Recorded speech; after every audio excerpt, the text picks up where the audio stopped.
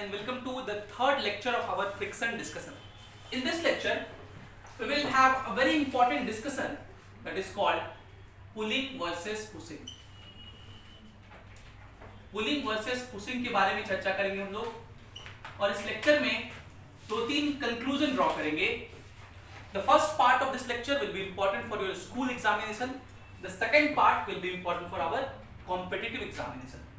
First part जहाँ पे हम लोग पुलिंग वर्सेस पुशिंग के बारे में चर्चा करेंगे, ये आपके स्कूल के एग्जाम के लिए बहुत इंपॉर्टेंट होगा. क्लास 11th में 3 नंबर का सवाल ये आपके स्कूल में पूछा जाएगा. Very important.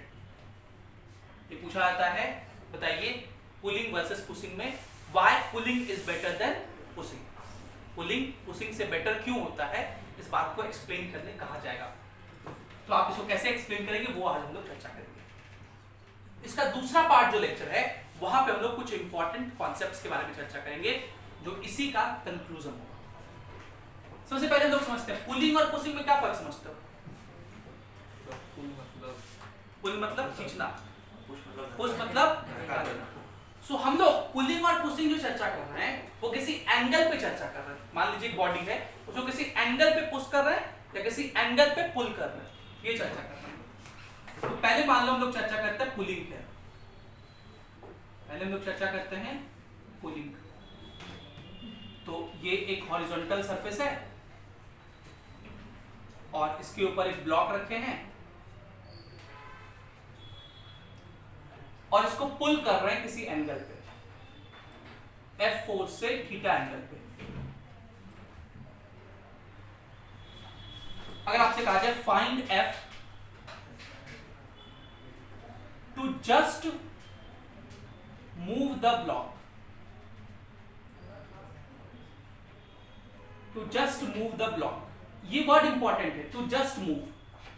To just move का मतलब देखिए, अगर कोई ऑब्जेक्ट है और फ्रिक्शन मैक्सिमम लग सकता है 15 न्यूटन. फ्रिक्शन मैक्सिमम कितना लग सकता है? 15 न्यूटन. मतलब 15 न्यूटन से थोड़ा सा भी ज्यादा फोर्स अगर उसको खींचने वाला हो तो वो चल जाएगा. बोलो 15.00001 लगाएंगे, चलेगा कि नहीं चलेगा? चलेगा ना. बोलो 15 से थोड़ा सा भी ज्यादा लगाओगे तो वो चल जाएगा. तो 15.00001 लगाएंगे तो भी चलेगा. 15.10 फिर 1 लगाएंगे तो भी चलेगा. मतलब अगर टू जस्ट मूव अगर कहे तो जितना फ्रिक्शन है उतना ही बराबर, अप्रोक्सीमेटली बराबर नहीं है वो, उससे फ्रिक्शन से थोड़ा सा वो क्या है ज्यादा है. मैक्सिमम फ्रिक्शन से थोड़ा सा वो क्या है ज्यादा है, लेकिन हम लोग जस्ट मूव करने के लिए बोलते हैं कि वो उसी के बराबर है, लेकिन वो उसके बराबर नहीं होता. ये बात ध्यान रखना. एक बार फिर से इसको समझने का प्रयास करते हैं. इस ब्लॉक का हम लोग एफबीडी बनाते हैं. इसका वेट mg नीचे लगेगा, इस पे नॉर्मल ऊपर लगेगा. इस फोर्स के दो कंपोनेंट होंगे, इधर की तरफ F cos थीटा और दूसरा कंपोनेंट इसका ऊपर की तरफ होगा. एरो ध्यान से देखिएगा, ये फोर्स F है, इसका इधर की तरफ कंपोनेंट कितना होगा? F cos theta. ऊपर की तरफ कितना होगा? F sin theta. F sin theta. इस ब्लॉक का स्लिपिंग टेंडेंसी किधर है? देखो इस ब्लॉक को कौन फोर्स स्लिप करवाएगा? ये F cos थीटा. ये इस ब्लॉक को इधर स्लिप करवाने का टेंडेंसी रखेगा, तो इस पर फ्रिक्शन यहां लगेगा. और ये ब्लॉक कब जस्ट मूव करेगा? जब ये फोर्स फ्रिक्शन के मैक्सिमम वैल्यू से जस्ट ज्यादा हो, है ना. हम लोग कहेंगे, आंसर लिख रहे हैं, to just move the block, to just move the block F cos theta will be slightly greater than F max. हम लोग उसको F cos theta को F max ही लिख देंगे. तो यहां पे इक्वलिटी इसलिए लिखेंगे क्योंकि अप्रोक्सीमेटली बराबर है, ठीक है. लेकिन ये क्या है? F cos theta F max से थोड़ा सा ज्यादा है, लेकिन हम लोग हमेशा बराबर ही लिख के चलेंगे क्योंकि 15.1001 कैसे लिखेंगे? 15 ही लिखते हैं. अब ये F max फ्रिक्शन का मैक्सिमम वैल्यू कितना होता है वो हम लोग सीखे थे. इस सरफेस का म्यू एस म्यू के दोनों बराबर मान लेते हैं. Mu, what is mu? Friction coefficient. What is mu? Friction coefficient. तो F max हम लोग जानते हैं, पढ़े थे पिछले क्लास में. F max क्या होता है? Mu into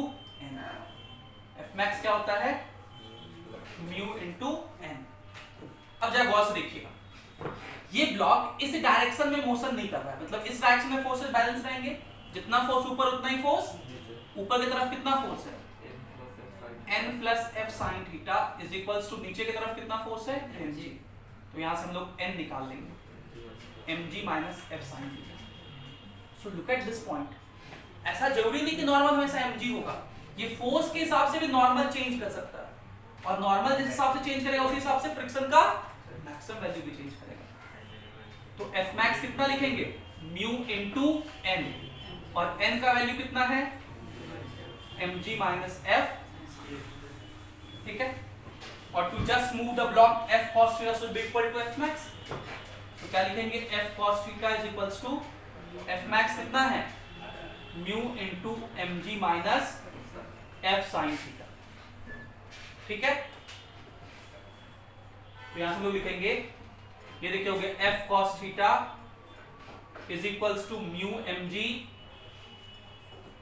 minus mu f sin theta.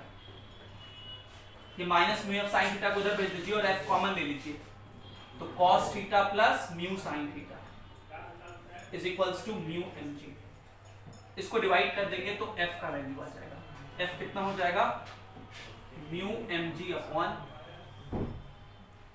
cos theta plus mu sine theta, ठीक है। ये फोर्स का वैल्यू होगा mu mg by cos theta plus mu sine theta. This is the force required to pull at angle theta, मतलब ये pulling का force होगा, इस ब्लॉक को चलाने के लिए इतना फोर्स आपको लगाना पड़ेगा, ठीक है। इसको लिखिए और अब क्या कीजिए, पुशिंग का केस निकालिए, आप लोग ट्राई कीजिए खुद से, फोर्स अब ऐसे लगा के ऐसे लगा दीजिए खाली, ठीक है। पुशिंग का केस का मैं डायग्राम यहां बना दे रहा हूं और ये आप लोग खुद से अटेम्प्ट कीजिए। ये ब्लॉक m मास का और फोर्स हम लोग पुशिंग का ऐसे लगाएंगे F theta angle, this is the case of pushing, और फ्रिक्शन कोएफिशिएंट अभी भी म्यू ही है। इस केस में निकालिए F का value, find F to just move the block, निकालिए सब।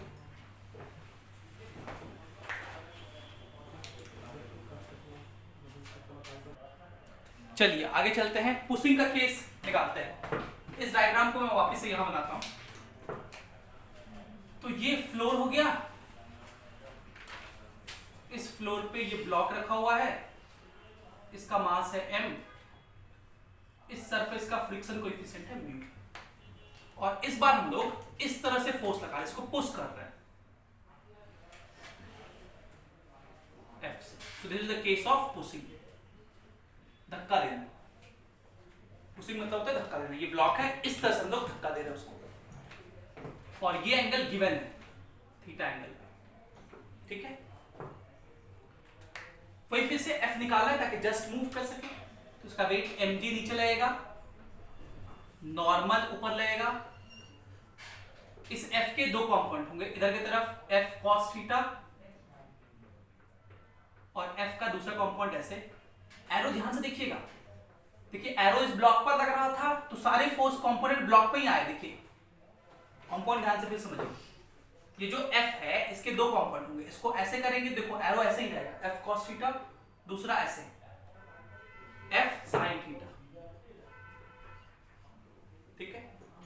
इस ब्लॉक का स्लिपिंग टेंडेंसी किधर है, कौन इसको मूव करवाना चाह रहा है, ये F cos थीटा, वो इसको इधर मूव करवाना चाहेगा, फ्रिक्शन पीछे लगेगा, और मैक्सिमम फ्रिक्शन से जस्ट ये ज्यादा होगा तब ये ब्लॉक स्लिप करेगा, है ना।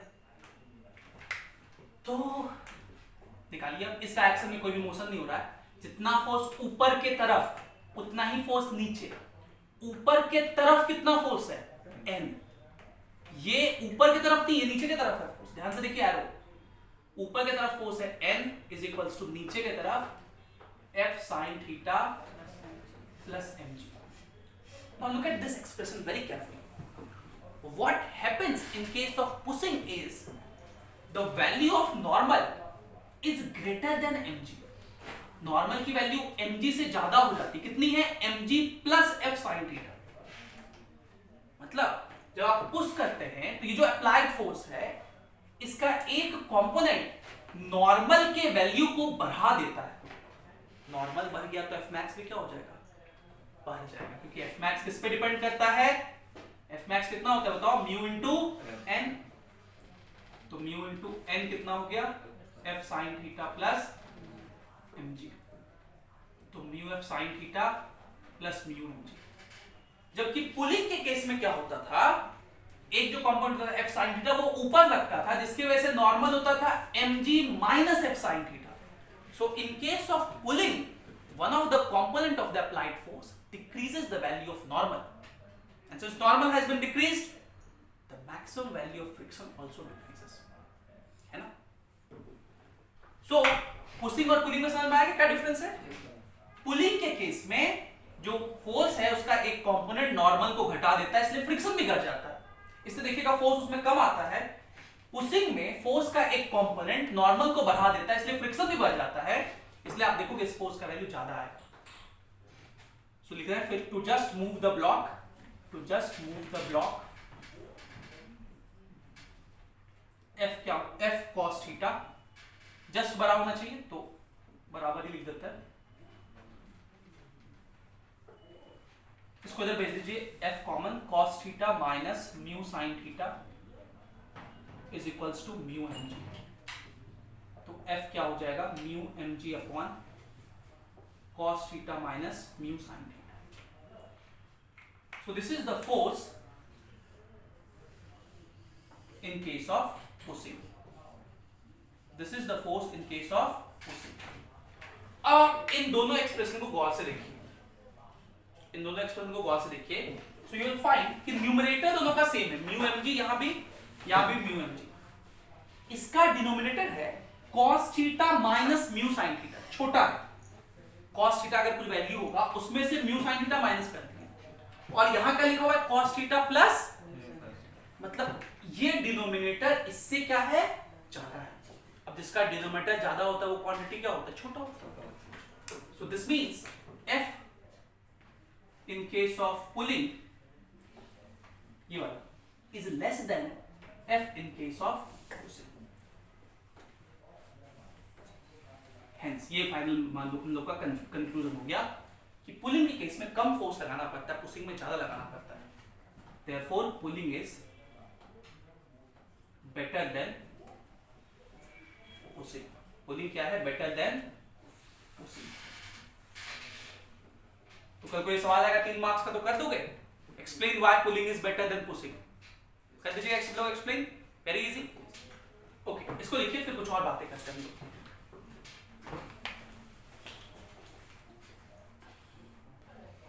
जितना बात सीखे ना इसको एक सवाल के हेल्प से और समझने का प्रयास करें।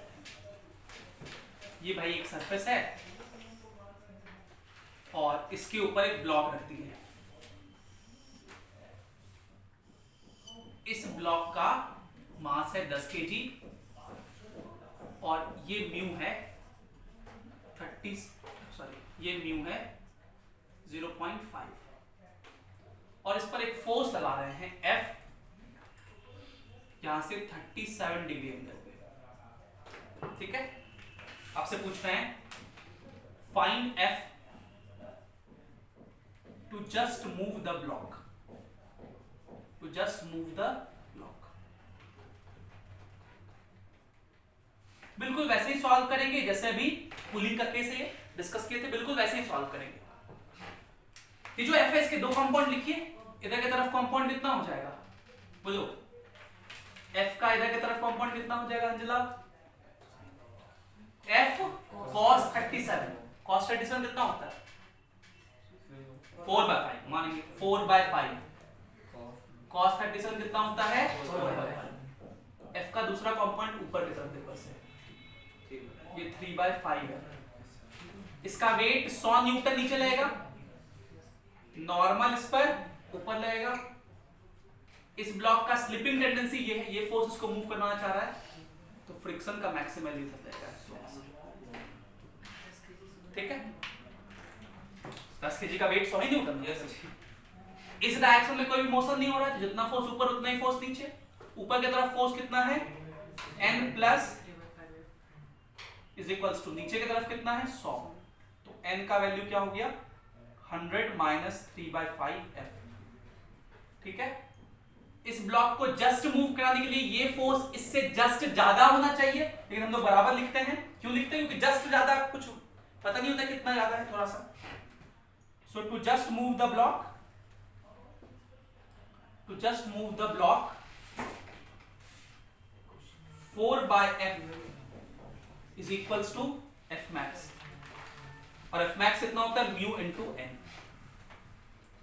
f max का फॉर्मूला फिक्स है हमेशा mu into n। mu कितना है 0.5 मतलब 1/2 into नॉर्मल, नॉर्मल कितना है 100 माइनस 3/5f। इसको सॉल्व कर दीजिए, क्या लिखेंगे 4/5f इज इक्वल्स टू, ये हो गया 100/2 हो जाएगा 50 माइनस 3/10f। इसको इधर भेज दो, 4/5f plus 3/10f is equals to 50। LCM ले लीजिए, 5 10 का 10 हो जाएगा, तो ये 8f plus 3f is equals to 50। तो f is equals to 500/11 newton. तो सॉल्व करके कितना आएगा 11 चौके 44, 6 60, 11 पचे 55, 50, 11 चौके 44, 45.45 न्यूटन। ये फोर्स होगा इस केस का, ये पुलिंग का हुआ। अब सेम डेटा, सेम ब्लॉक ले लेते हैं पुशिंग के लिए। ये सरफेस है, ये एक ब्लॉक 10 kg का, इधर से फोर्स लगा रहे हैं हम लोग F, सेम एंगल देखो 37 डिग्री हॉरिजॉन्टल से, ये भी फोर्स था, ये भी 37 डिग्री हॉरिजॉन्टल से। इस सरफेस का फ्रिक्शन कोएफिशिएंट म्यू अभी भी कितना है 0.5। सो क्वेश्चन है find F to just move the block. अब इसको आप लोग ट्राई करके निकालिए, देखिए इसे ज्यादा आता है कि नहीं आता, ट्राई कीजिए।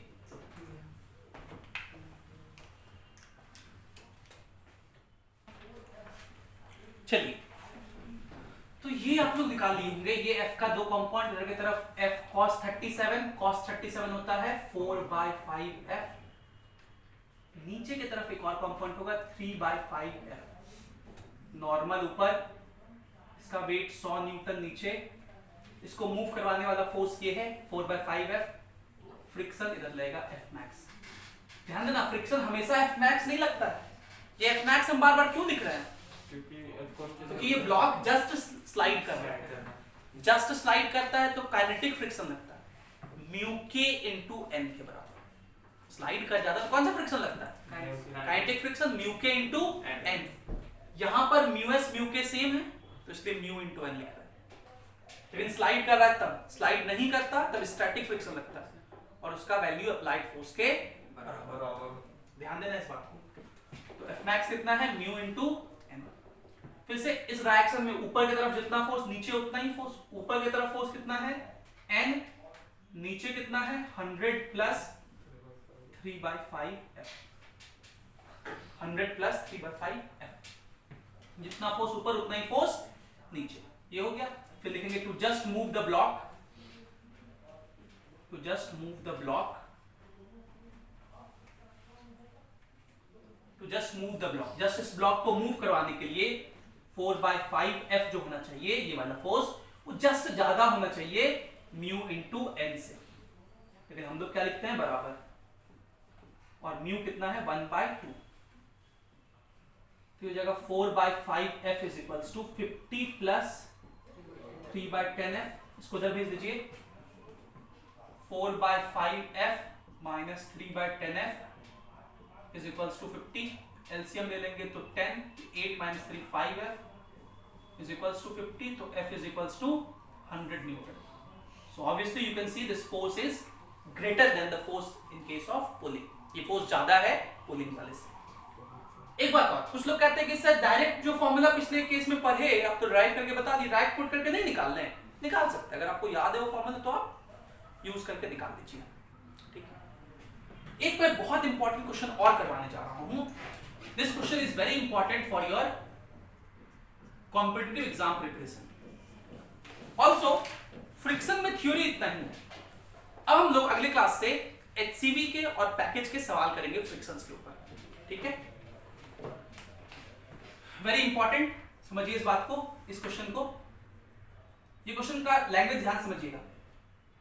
एक ब्लॉक है, इसका मास m है, ये एक सरफेस पर रखा हुआ है, इसका फ्रिक्शन कोएफिशिएंट म्यू है। इस पर एक फोर्स लगाना है F। आपसे पूछा गया है कि ये फोर्स कितने एंगल पे लगाएं। एंगल दिया हुआ नहीं है, एंगल पूछ रहा है।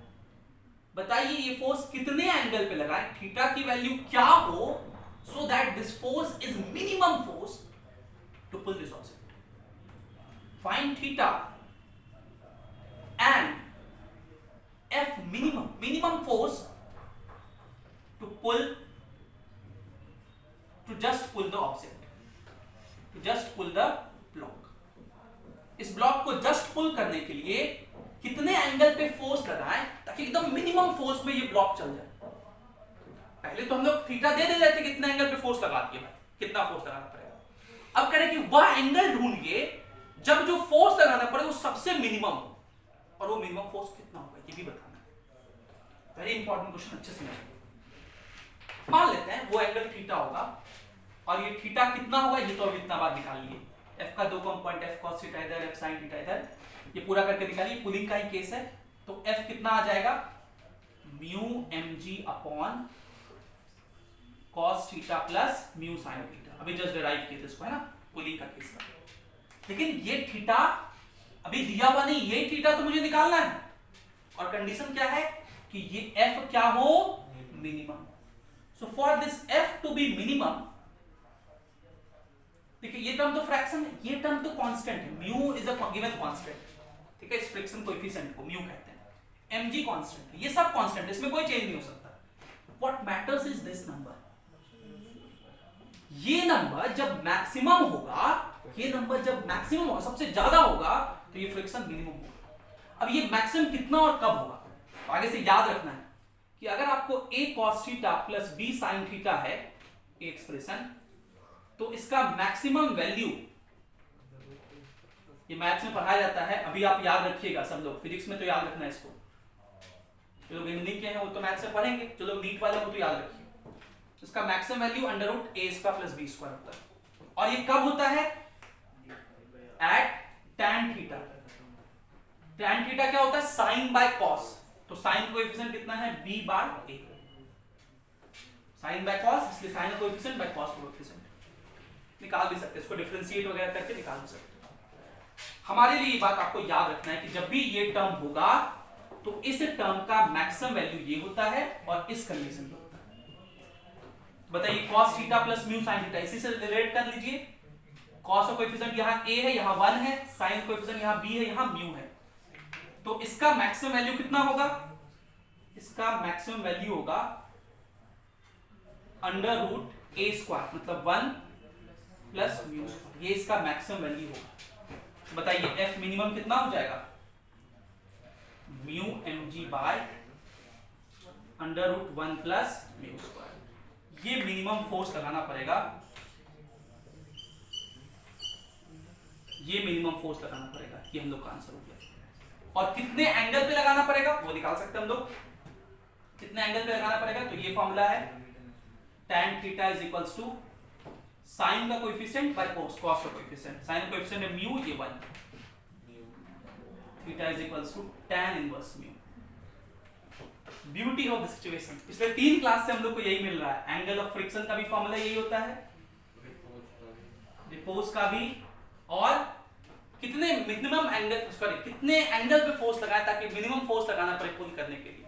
अगेन tan इनवर्स म्यू, याद रखना भी आसान है। और मिनिमम फोर्स कैसे निकालते हैं समझ में आ गया, पक्का। क्या किए, फिर समझा दे रहे हैं।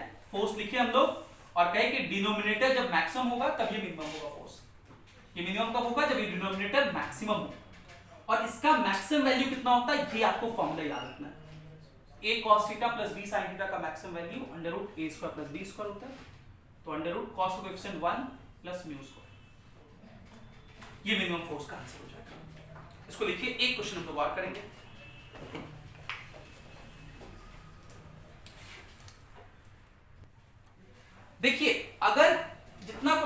आज किए, वहां अगर म्यूएस म्यू के दिया रहे तो सारे जगह म्यू के जगह म्यूएस का ही यूज करेंगे आप, क्योंकि जस्ट मूव करने के लिए मैक्सिमम फोर्स से ज्यादा लगाना पड़ेगा, और मैक्सिमम फोर्स कितना होता है mu S into N. Just move कराने के लिए मैक्सिमम फोर्स से ज्यादा लगाना पड़ेगा ना भाई, ये लोग डिस्कस किए। कोई ब्लॉक कब चलता है, जब अप्लाइड फोर्स फ्रिक्शन के लिमिटिंग वैल्यू मैक्सिमम वैल्यू से ज्यादा हो। मैक्सिमम वैल्यू कितना होता है म्यू एस इंटू एन, तो हमेशा जो अप्लाइड फोर्स होना चाहिए म्यू एस इंटू एन से ज्यादा होना चाहिए।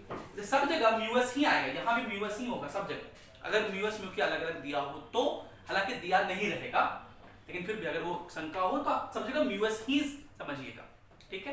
इसको लिखिए,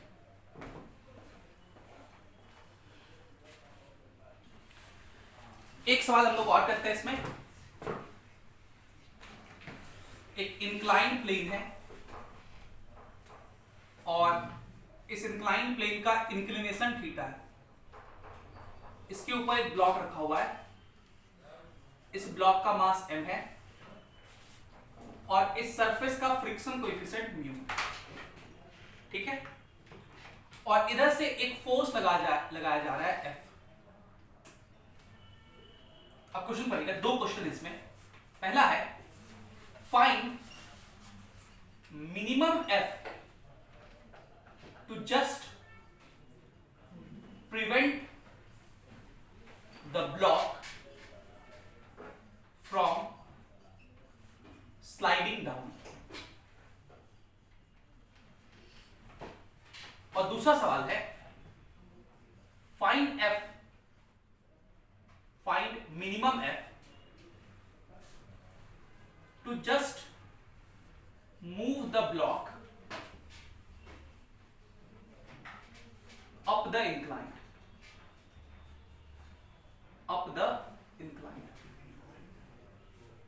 आपको ना क्वेश्चन का लैंग्वेज बहुत अच्छे से पढ़ना है और उसके अकॉर्डिंग डिसाइड करना है कि ब्लॉक का स्लिपिंग टेंडेंसी किधर है, और उसी के अकॉर्डिंग फ्रिक्शन लगेगा।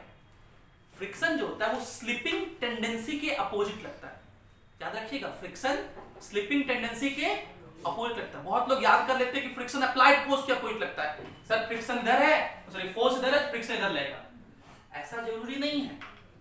फ्रिक्शन जो है वो स्लिपिंग टेंडेंसी के अपोजिट लगता है, यही हम लोग पहले दिन डेफिनेशन लिखे थे, इस बात को वो लोग भूल जाते हैं। अभी तक हम लोग जितना क्वेश्चन किए थे उसमें हम लोग ये देखे थे कि फ्रिक्शन अपना वैल्यू चेंज करता है अलग अलग सिचुएशन में। इस क्वेश्चन से मैं ये सिखाना चाह रहा हूं कि फ्रिक्शन अपना डायरेक्शन भी चेंज करता है अलग अलग सिचुएशन में। पहला सिचुएशन है, उसमें क्या है, find minimum F to just prevent the block from sliding down, मतलब ये ब्लॉक स्लाइड करना चाह रहा है, इसको हम रोक के रखे हुए हैं, तो कितना फोर्स लगाना पड़ेगा। मतलब इस ब्लॉक का स्लिपिंग टेंडेंसी किधर है, sliding down, this is the slipping tendency. समझ पा रहे हो?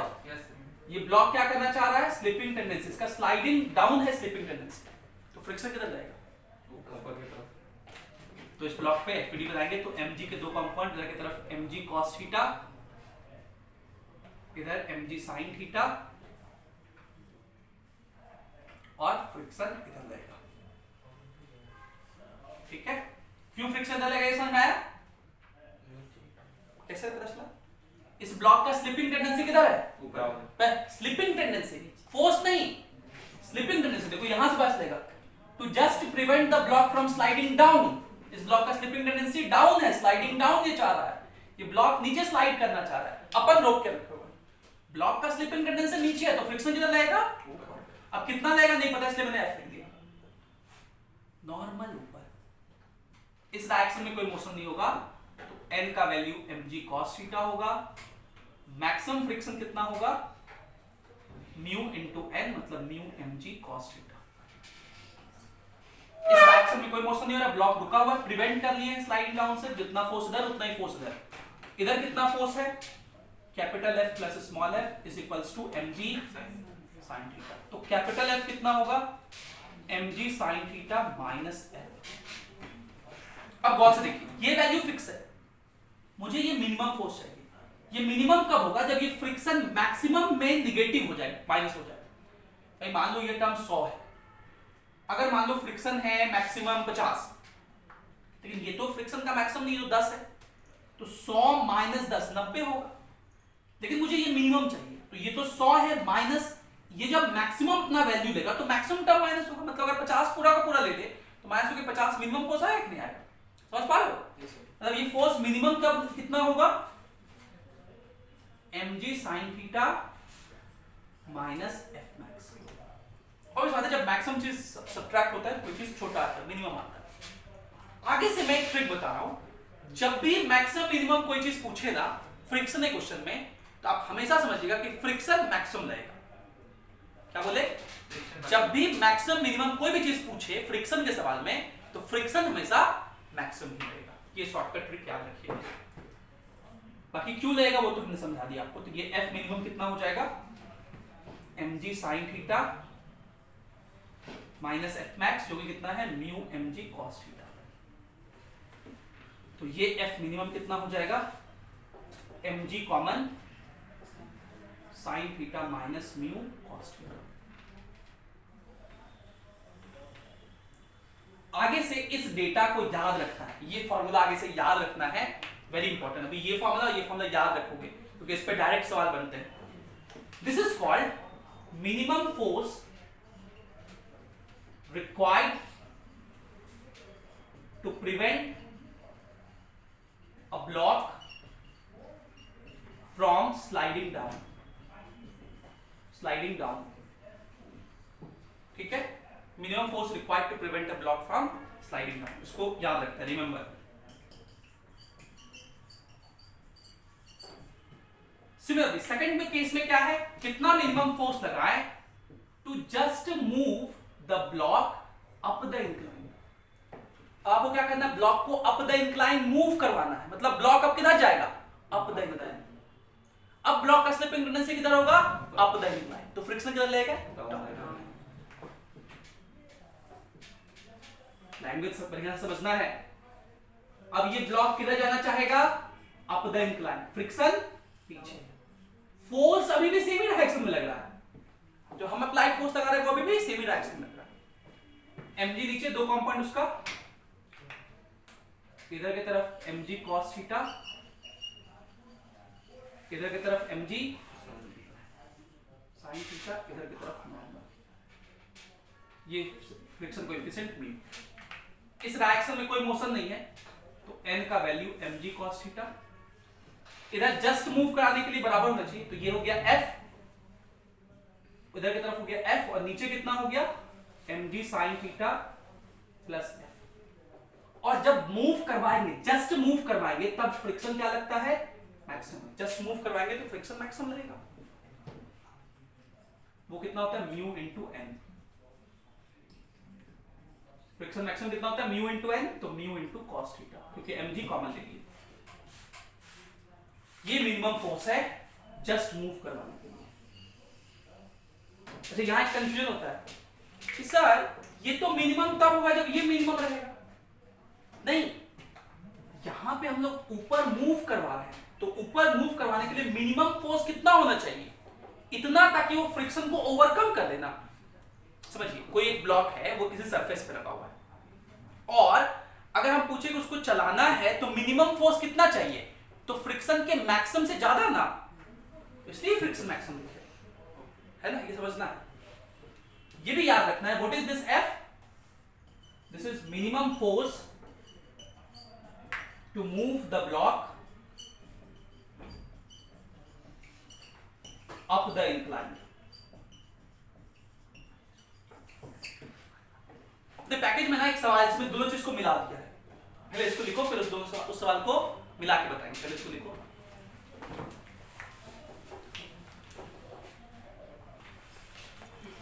तो जल्दी से एक सवाल लिख लें, ये आपके पैकेज के सीपीपी का सवाल है। सवाल ये है, मैं स्टेटमेंट पूरा लिख रहा हूं, समझिएगा। The force required to just move a body up the incline plane is double the force is double the force required to just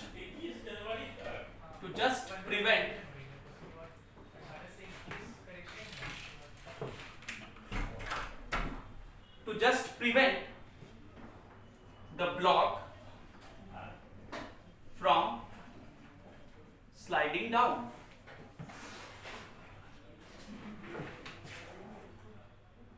mu coefficient of friction दिया हुआ है,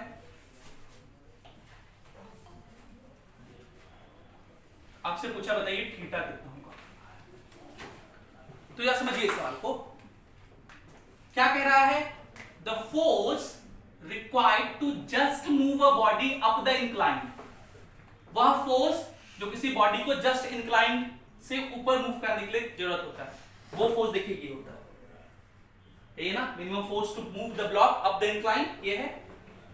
लिख देंगे हम लोग mg sin theta plus mu cos theta. इतना बड़ा statement लिखा इस फोर्स के लिए, हम लोग लिख दिए इज का मतलब इक्वल टू, डबल मतलब 2 टाइम्स, किसके डबल है, the force required to just prevent the block from sliding down, यही फोर्स है, minimum force required to prevent the block from sliding down, mg into sine theta minus mu cos theta. देखिए अगर याद है तो ये line तुरंत लिख लीजिएगा, नहीं याद होता तो फिर आप दोनों के लिए डिराइव करते हैं। आपको थीटा निकालना है, सबसे पहले तो mg कट गया, sine theta plus mu cos theta is equals to हो जाएगा 2 sine theta minus 2 mu cos theta.